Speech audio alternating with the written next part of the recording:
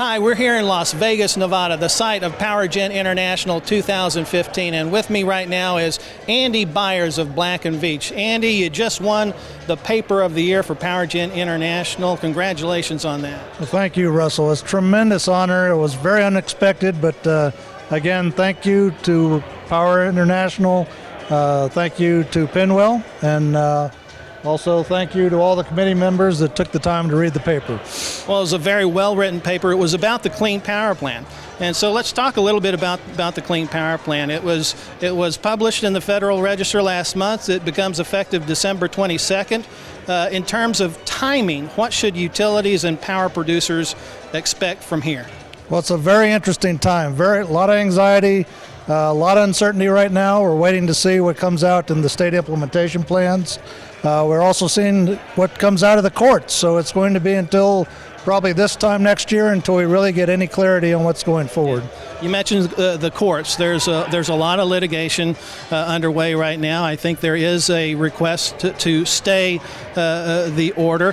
What are some of the possible legal outcomes from all of this litigation, this opposition to the Clean Power Plan? Well, the petitions for the stay will go to the D.C. Circuit Court of Appeals.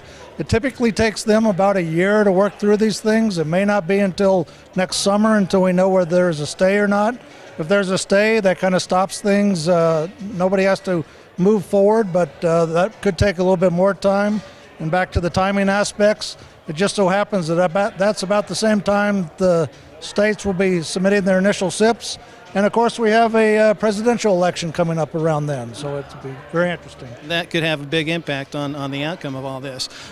You mentioned the state implementation plans. The reduction targets differ from state to state. How do states go about complying? There are different methods for compliance. Obviously, the power portfolios in each state are very different. What are the strategies that states are taking in order to comply with the Clean Power Plan?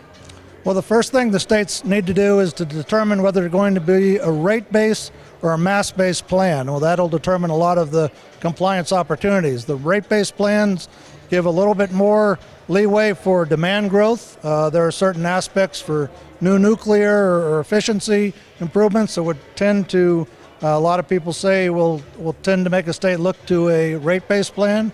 A mass-based plan, much easier to implement. It's based on the cap-and-trade programs like the acid rain, the cross-state air pollution rule. There's a lot of experience with that, a lot easier to implement, and perhaps a lot easier to have a multi-state program get together with a larger market. So a lot of options, a lot of possibilities, a lot of different strategies that states could take in order to comply with the Clean Power Plan.